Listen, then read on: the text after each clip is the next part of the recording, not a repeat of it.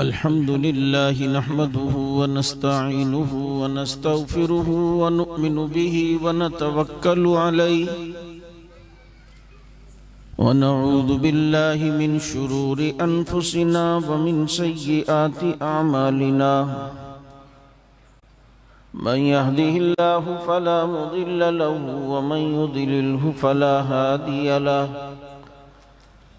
ونشهد أن لا إله إلا الله وحده لا شريك له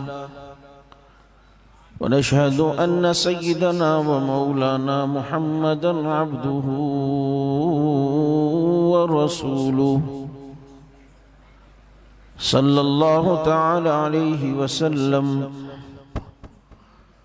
أما بعد فأعوذ بالله من الشيطان الرجيم. بسم الله الرحمن الرحيم. تلك الرسل فضلنا بعضهم على بعض.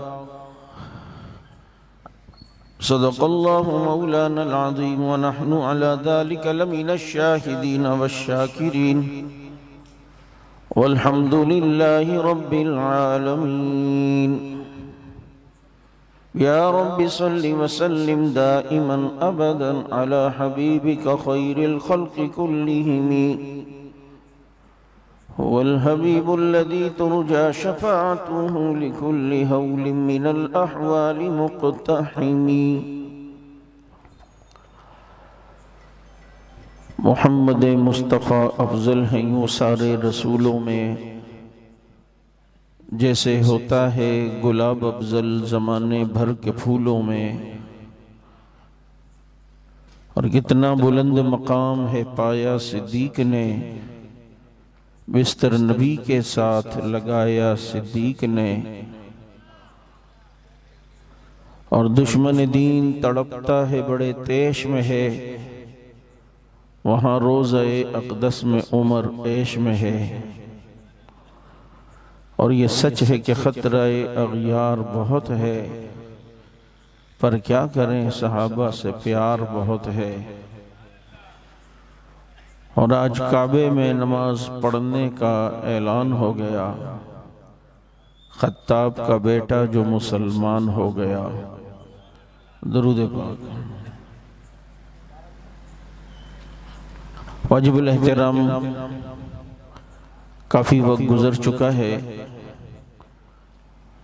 علامہ تاج محمد حنفی صاحب آپ کے سامنے سیرت کے حوالے سے تفصیلاً گفتگو کر چکے ہیں. بس میں نے مختصراً چند باتیں یہ عرض کرنی ہے کہ اللہ رب العزت نے اپنی تمام مخلوقات میں انسانوں میں انبیاء علیہم السلام کو چنا. انبیاء علیہم السلام 1,00,000 کم و بیش 24,000 کے قریب آئے. ان میں پھر اللہ تعالیٰ نے 313 کو چنا. ان 313 میں سے بھی 5 کو اولو العزم پیغمبر بنایا، اور اس 5 میں سے بھی جس پیغمبر کو چنا اسی کو دنیا خاتم الانبیاء اور امام الانبیاء کہتی ہے. اور میرے نبی کو وہ کچھ ملا جو باقیوں کو نہیں ملا، جنہیں نبی کی خصوصیات کہا جاتا ہے. یعنی علماء نے لکھا ہے کہ 4,000 ایسی خصوصیات میرے نبی کی ہیں جو کسی نبی کو نہیں ملی. 4,000 خصوصیات تو علماء نے لکھی ہیں، نہ جانے اللہ کے علم میں ایسی اور کتنی خصوصیات ہوں گی جو اللہ نے میرے نبی کو دی اور کسی کو نہیں دی. تیمم میرے نبی کو ملا. پہلے یہ تھا کہ بھائی پانی نہیں ہے تو پھر نماز بھی نہیں، وضو کرنا ہے تو پانی ہونا چاہیے. نبی کے صدقے اس امت کو تیمم ملا. ہر نبی کو معراج ہوئی اپنے اپنے انداز میں، لیکن سب کو معراج ہوئی تو زمین پر. حضرت نوح علیہ السلام کو معراج ہوئی کشتی میں زمین پر، حضرت موسیٰ کو معراج ہوئی طور پر زمین پر، حضرت یوسف کو معراج ہوئی کنویں میں زمین پر. حضرت زکریا کو معراج ہوئی آرے سے کٹتے ہوئے زمین پر، حضرت ابراہیم کو معراج ہوئی آگ میں زمین پر، حضرت اسماعیل کو معراج ہوئی چھری کے نیچے زمین پر۔ لیکن یہ خصوصیت میرے نبی کی ہے کہ جب میرے نبی کی باری آئی تو معراج ہوئی عرش بری پر۔ یہ خصوصیت اللہ نے میرے نبی کو دی کہ پوری دنیا کی زمین کو اللہ نے نبی کی امت کے لیے سجدے کی جگہ بنا دیا۔ پچھلی امتوں میں تھا کہ نماز کا وقت ہو تو تمہیں عبادت خانے میں جانا پڑے گا، عبادت خانے کے علاوہ نماز قبول نہیں۔ لیکن یہ خصوصیت اللہ نے میرے نبی کو دی کہ نبی کی امت کے لیے پوری دنیا کی زمین کو سجدے کی جگہ بنایا۔ اب نبی کا امتی اگر مسجد میں نہیں گیا اور عذر کی وجہ سے گھر پہ نماز پڑھی، اللہ رب العزت وہاں قبول کریں گے۔ سفر پہ تھا، دشت و بیاباں میں نماز پڑھی، اللہ تعالیٰ وہاں اس کی نماز قبول کریں گے۔ چلتی پانی کی کشتی پر نماز پڑھی، اللہ رب العزت اس کی وہاں نماز قبول کریں گے۔ ساری دنیا کی زمین کو اللہ نے نبی کی امت کے لیے سجدے کی جگہ بنا دیا ہے۔ ساری دنیا کی زمین کو اللہ نے نبی کی امت کے لیے سجدے کی جگہ بنا دیا ہے۔ شاید میرے الفاظ پہ آپ غور نہیں کر رہے کہ نبی کی امت کے لیے پوری دنیا کی زمین اللہ نے سجدے کی جگہ بنا لی۔ پتہ چلتا ہے جو ساری دنیا کی زمین پر سجدہ کرنا جائز سمجھتا ہو وہ نبی کا امتی ہے، کیونکہ نبی کی امت کے لیے تو ساری دنیا کی زمین کو اللہ نے سجدے کی جگہ بنا دیا۔ لیکن جو کہے یہ زمین پاک نہیں، یہ زمین پاک نہیں، آگے وہ کچھ رکھ کے سجدہ اس پہ کرے تو پتہ چلتا ہے پھر نبی کا امتی نہیں ہے۔ یہ کیوں زبردستی وحدت امت کانفرنسیں کرتا ہے؟ اگر تو نبی کا امتی تھا تو پہلے ثبوت تو یوں دیتا کہ جناب ساری دنیا کی زمین کو تو اللہ نے نبی کی امت کے لیے سجدے کی جگہ بنا لیا، لیکن میں نے تو اسے عبادت خانے میں بھی دیکھا کہ یہ آگے کچھ رکھے ہوئے ہوتا ہے۔ اگر اس وقت وہ جیب میں نہ ہو تو آگے کوئی وزٹنگ کارڈ رکھ دیتا ہے، یا کم از کم کوئی ٹیشو رکھ دیتا ہے، یا کم از کم کوئی گدا رکھ دیتا ہے۔ یہاں تک کہ حرم میں بھی اگر یہ دھوکے سے چلا گیا تو وہاں بھی دیکھا کہ جناب آگے کچھ رکھا ہوا ہے۔ ہمارے بن نوری ٹاؤن کے شیخ الحدیث استاذ الحدیث حضرت مولانا فضل محمد صاحب دامت برکاتہ العالیہ کہتے ہیں میں نے حرم میں دیکھا کہ ایک اسی طرح آگے رکھ کے سجدہ کر رہا ہے، اور میں نے کہا ظالم تم کہتا ہے کربلا کے علاوہ کوئی زمین دنیا کی پاک نہیں، یہ حرم کی زمین پر بھی تو نے آگے یہ سسٹم کیا ہوا ہے، تو وہ کہتا ہے کربلا کے علاوہ کوئی زمین پاک نہیں ہے۔ تو حضرت کہتے ہیں میں نے اسے فوراً جواب دیا بات یہ نہیں ہے، اصل میں خدا کا تکوینی امور ہے، اللہ حرم کی پاک زمین پر تیری ناپاک پیشانی کو لگنے نہیں دیتا، اس لیے تیرے ذہن میں بات یہ ڈال دی گئی ہے۔ آج ساری دنیا کی زمین سجدے کی جگہ نبی کی امتی کے لیے بنایا۔ بھائی اگر کوئی کہتا ہے ہم بھی نبی کی امت میں، تو پہلا ثبوت یہ تو دے، یہ نبی کی خصوصیت ہے۔ اور سنو بات میں سمیٹ رہا ہوں، میں اداروں سے بھی کہتا ہوں، نوٹ کرنے والوں سے بھی، ہم پاکستان کو پاک سرزمین سمجھتے ہیں، ہے یا نہیں؟ پاک سرزمین ہے یا نہیں؟ پاک آستان یعنی پاک رہنے والوں کی جگہ، آستان رہنے کی جگہ، پاک یعنی پاک آستان۔ اور تمہیں یہ بھی بتا دوں یہ مدینہ منورہ کا ترجمہ ہے پاک آستان۔ مدینہ کا معنی رہنے کی جگہ شہر، منورہ کا معنی پاک۔ جبھی تو یہ جب ملک بنایا گیا اس کی بنیادوں میں اسلام تھا، اس کی بنیادوں میں شریعت کا تصور تھا، جبھی تو اس میں ہرا کلر گنبد خضرا سے مستعار لیا۔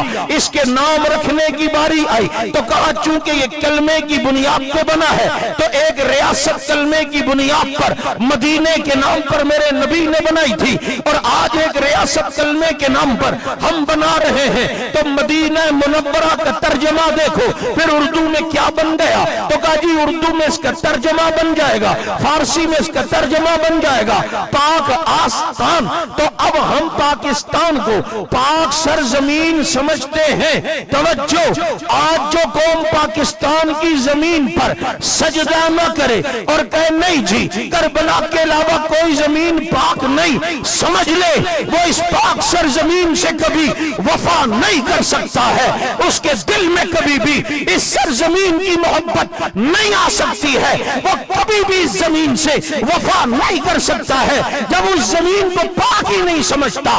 اس کے لیے جان کیا دے گا، اس کے لیے خون کیا دے گا، اس کے لیے قربانی کیا دے گا؟ یہ تو قربانی یہ دیں گے جو اس زمین کو پاک بھی سمجھتے ہیں اور جو جانتے ہیں اس زمین کی بنیادوں پہ ہمارے اکابرین کا خون شامل ہے کہ نظر آتی ہے مسلمانوں کی آبادی، حسین احمد کے قدموں کا تقدس ہے یہ آزادی۔ پوری دنیا کی زمین کو نبی کی امت کے لیے بولو سجدے کی جگہ بنا دیا۔ کہیں بھی زمین میں پاک جگہ سجدہ کر سکتے ہو، یہ خصوصیت اللہ نے میرے نبی کو دی۔ کتابیں اور بھی تھیں، صحائف اور بھی تھے، لیکن جو کتاب میرے نبی کو ملی ایسے کسی کو نہیں مل سکی۔ قرآن جیسی کتاب جس کا نعم البدل، جس کی مثل بڑے بڑے آئے اور آج تک نہیں بنا سکے، آج تک چیلنج تھا فاتو بصورت من مثلی۔ توجہ، آپ کی برکت سے پہلی بار یہ بات ذہن میں آئی۔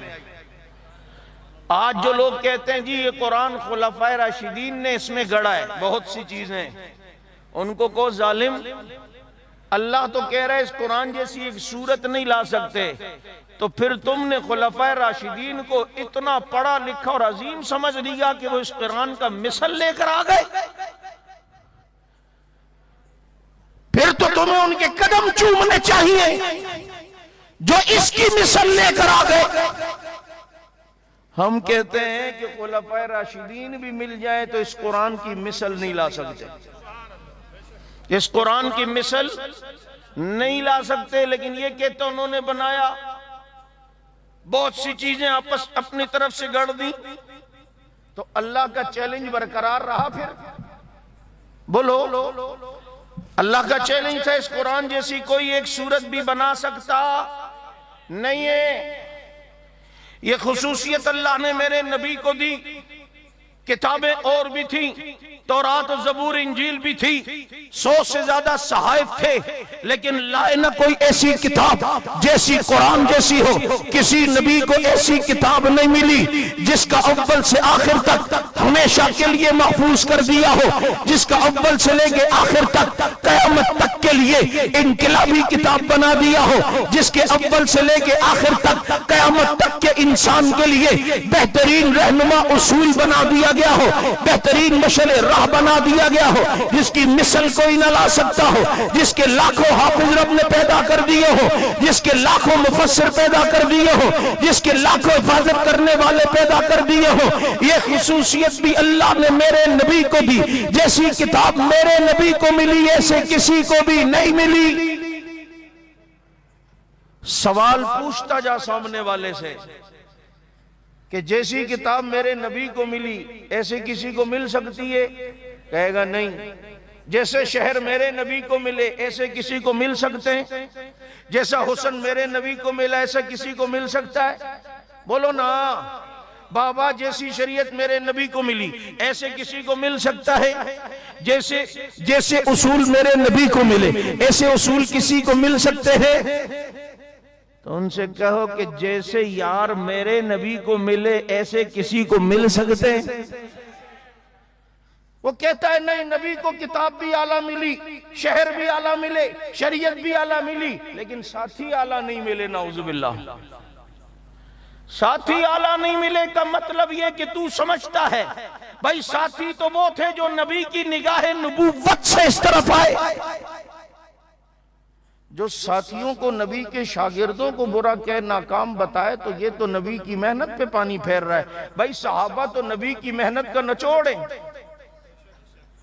تمہیں سمجھ ہی نہیں ہے حنفی صاحب کتنی گہری بات کر رہے تھے کہ اللہ نے جو صحابہ کو کہا نا اولئکم الراشدون، یہ سارے کامیاب ہیں، اور بھائی کامیاب ایسے ہی تھوڑی ہو گئے، فیضان نبوت کا اثر تھا۔ نہیں سمجھ آئی؟ بھائی اللہ نے کہا اولئکم الصادقون، یہ سارے سچے، یہ سچے ایسے ہی تھوڑی بن گئے، کسی کی نگاہ پڑی تھی نا۔ وَكُلًّا وَعَدَ اللَّهُ الْحُسْنَىٰ، یہ سارے جنتی ہیں۔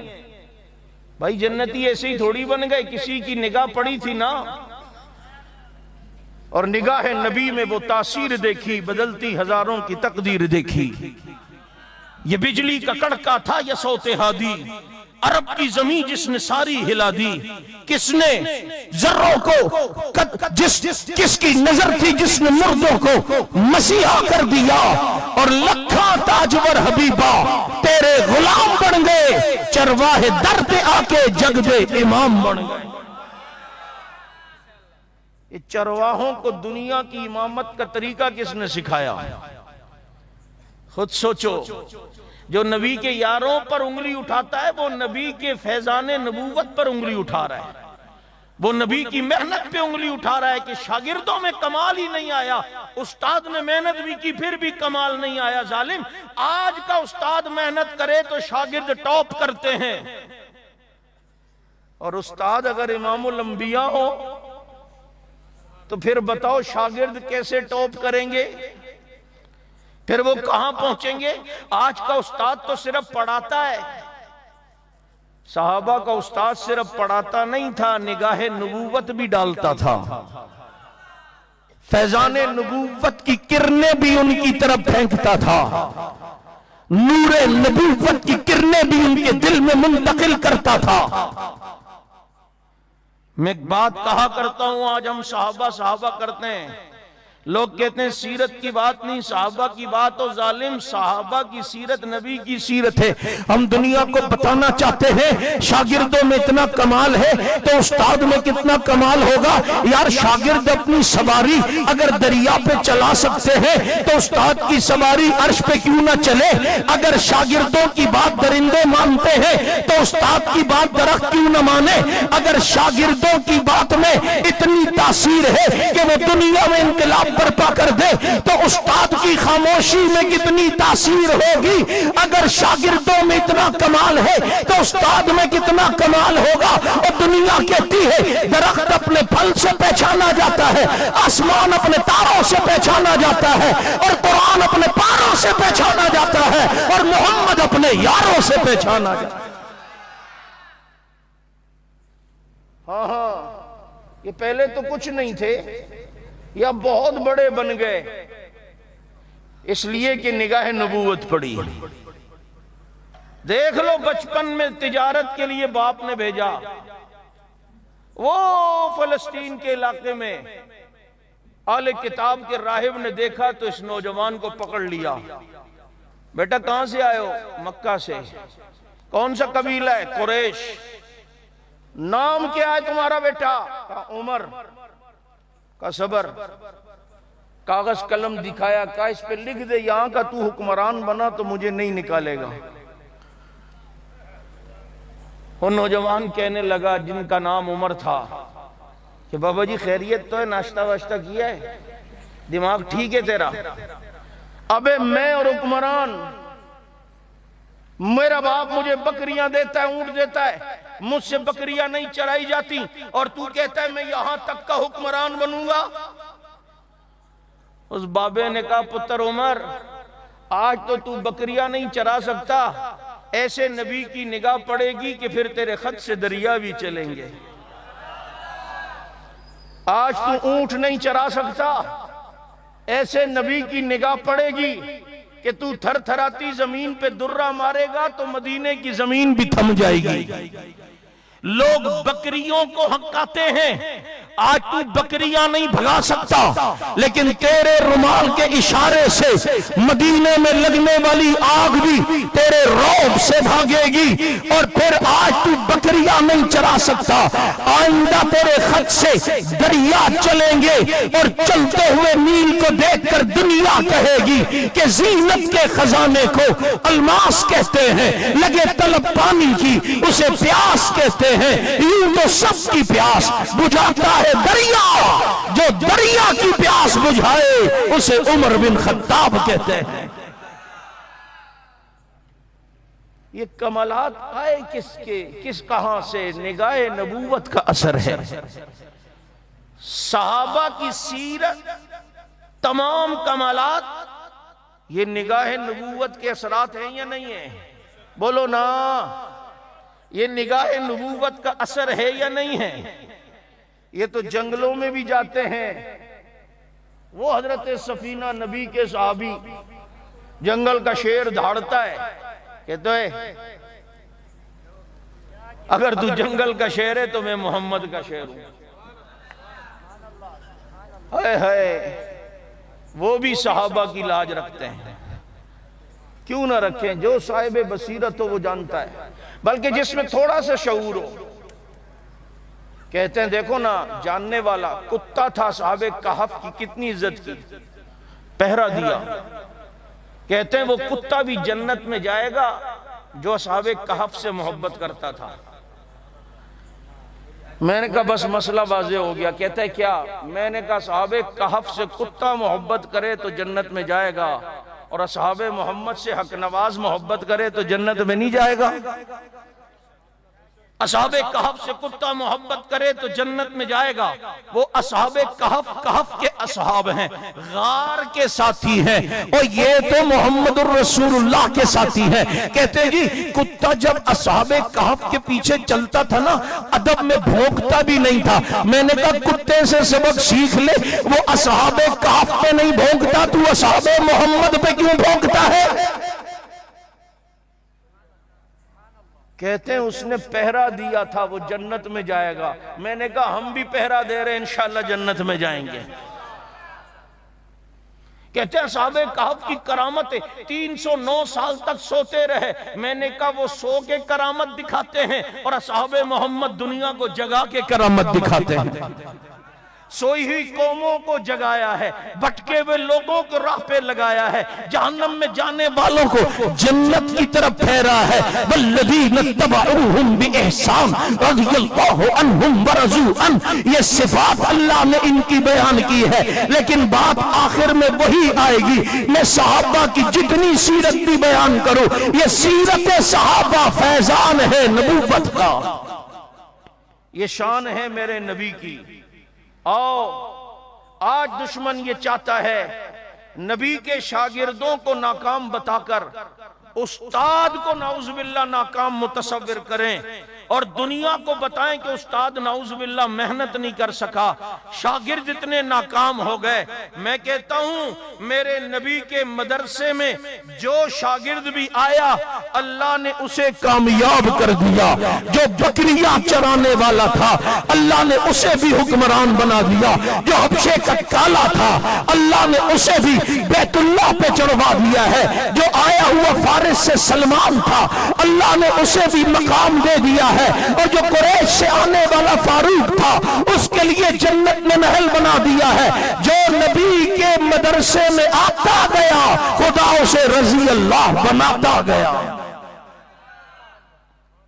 کیونکہ شاگرد ہوں نبی کے اور ناکام ہو جائیں، ایسا ہو سکتا ہے؟ استاد قابل ہے۔ یہ ظالم اتنا حوصلہ کہاں سے لے آیا نبی کے شاگردوں کے بارے میں کہے نبی کی کلاس کے سارے شاگرد 3-4 کے علاوہ باقی سارے فیل ہو گئے تھے، نعوذ باللہ۔ جبکہ اللہ نبی کے شاگردوں کے بارے میں کہتے ہیں محبوب تیاری تو کرا، اولئک الذین امتحن اللہ، امتحان اللہ ان کا لے گا۔ اور جب تیاری نبی نے کرائی، امتحان اللہ نے لیا، نبی دیکھتے ہیں شاگردوں کا رزلٹ کیا آئے گا۔ کہا محبوب تو استاد محمد الرسول اللہ، مدرسہ بیت اللہ، سلیبس کتاب اللہ، امتحان لینے والا اللہ، تیرے شاگرد حزب اللہ، امتحان جب رب نے لیا تیرے شاگردوں کا نتیجہ آیا رضی اللہ۔ یہ سارے کامیاب کیونکہ شاگرد کس کے تھے؟ بولو تو آؤ بس مختصر یہ، آج جو لوگ صحابہ کی عظمت کے لیے کام کر رہے ہیں یہ در حقیقت نبی کی عظمت کے لیے کام کر رہے ہیں۔ جن کے ساتھ گنمین ہوتے ہیں، دشمن ان پر جب اٹیک کرتا ہے تو پہلے گنمینوں کو ٹارگٹ کیا جاتا ہے، جبکہ گنمین مقصود نہیں ہوتے، اصل ہدف ہوتا ہے۔ چونکہ صحابہ نبی کے پہرے دار ہیں، چوکیدار ہیں، گنمین ہیں، دشمن ان پر اٹیک کر کے نبی تک پہنچنا چاہتا ہے، انہیں ناکام بتا کر استاد کو ناکام بتانا چاہتا ہے، ان پہ حملہ کر کے استاد پہ حملہ کرنا چاہتا ہے۔ پھر آؤ صدر کے مسلمانوں، صحابہ نبی کے پہرے دار ہیں، ہم صحابہ کے پہرے دار بن کے نبی کی پہرے داری مضبوط کرے۔ صحابہ نبی کے گنمین ہیں، ہم صحابہ کے گنمین بن کے نبی کی گنمینی مضبوط کرے۔ صحابہ نبی کے چوکیدار ہیں، ہم صحابہ کے چوکیدار بن کے نبی کی چوکیداری مضبوط کرے۔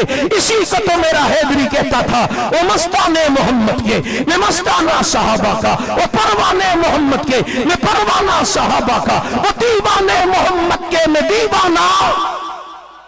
پھر آؤ ان کی عظمت کے لیے میدان میں اودو، اور یہ کہتے ہوئے اود پڑھو کہ فنا فی اللہ کی تہ میں بقا کا راز مضمر ہے، جسے مرنا نہیں آتا اسے جینا نہیں آتا۔